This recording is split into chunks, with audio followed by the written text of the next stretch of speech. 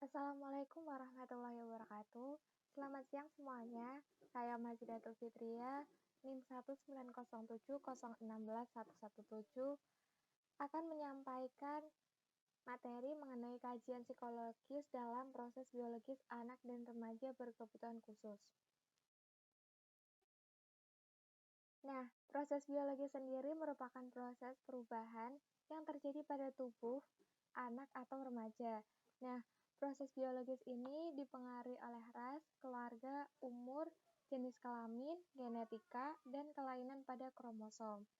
Nah, proses biologis ini juga proses yang melatar belakangi pembentukan otak, berat badan, tinggi badan, perubahan kemampuan gerak, dan perubahan hormon pada masa pubertas.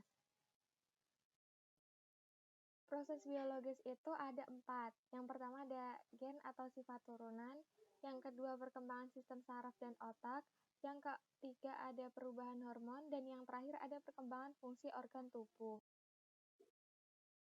Yang pertama ada gen atau sifat keturunan.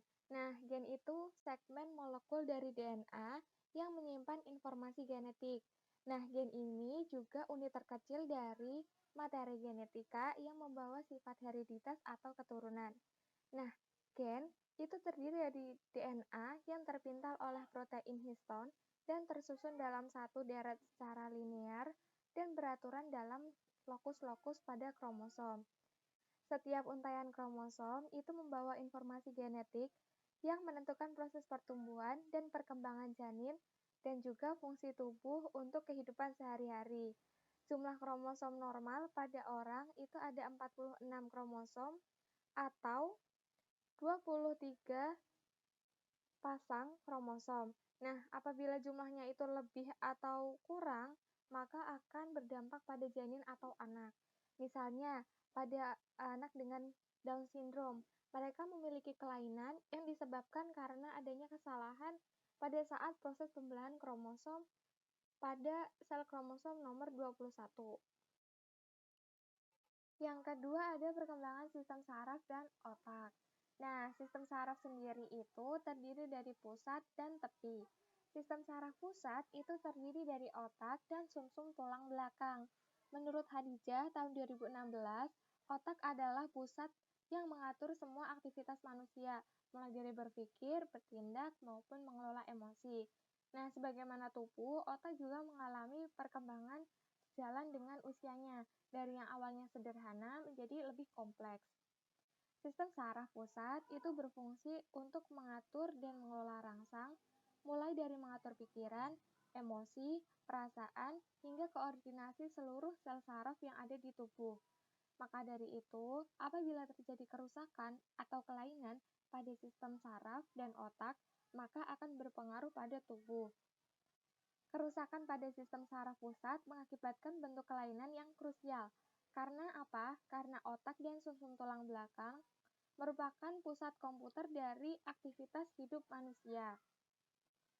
Misalnya, apabila terjadi kerusakan, itu misalnya pada cerebral system disorder.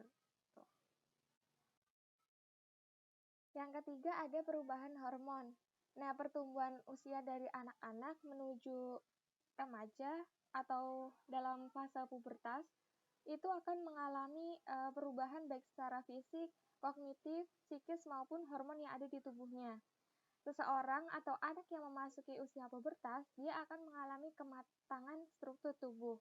Nah, produksi hormon pertumbuhan ini penting untuk mendukung perkembangan tulang yang sehat. Jika ada gangguan pada produksinya, baik terlalu banyak atau terlalu sedikit, maka akan menimbulkan gangguan pertumbuhan. Anak dengan berkebutuhan khusus akan menunjukkan perilaku yang memburuk, seperti gangguan perilaku. Yang keempat ada perkembangan fungsi organ tubuh. Perkembangan fungsi organ itu mencangkup perkembangan fisik dan motorik pada anak. Perkembangan motorik anak itu berkaitan dengan koordinasi gerak tangan, kaki, dan seluruh anggota tubuh. Pada anak berkebutuhan khusus akan mengalami hambatan dalam perkembangan motorik halus, seperti kesulitan menulis, menggambar, dan aktivitas motorik halus lainnya. Selain itu, faktor penyebab anak dan remaja berkebutuhan khusus itu dapat diklasifikasikan menjadi tiga. Yang pertama, prenatal, yang kedua, perinatal, yang ketiga, pasca natal. Jadi prenatal itu adalah kelainan anak yang dimana dia itu terjadi sebelum proses kelahiran. Itu bisa disebabkan karena faktor genetik ataupun eksternal, misalnya cedera karena jatuh saat ibunya hamil, atau kekurangan gizi, atau bisa disebabkan karena obat-obatan. Yang kedua ini ada perinatal. Perinatal ini kelainan yang terjadi saat proses kelahiran atau waktu-waktu mendekati proses kelahiran. Misalnya saat melahirkan mendapatkan pertolongan yang salah, atau bayi lahir prematur, atau infeksi atau berat badan kurang itu juga bisa.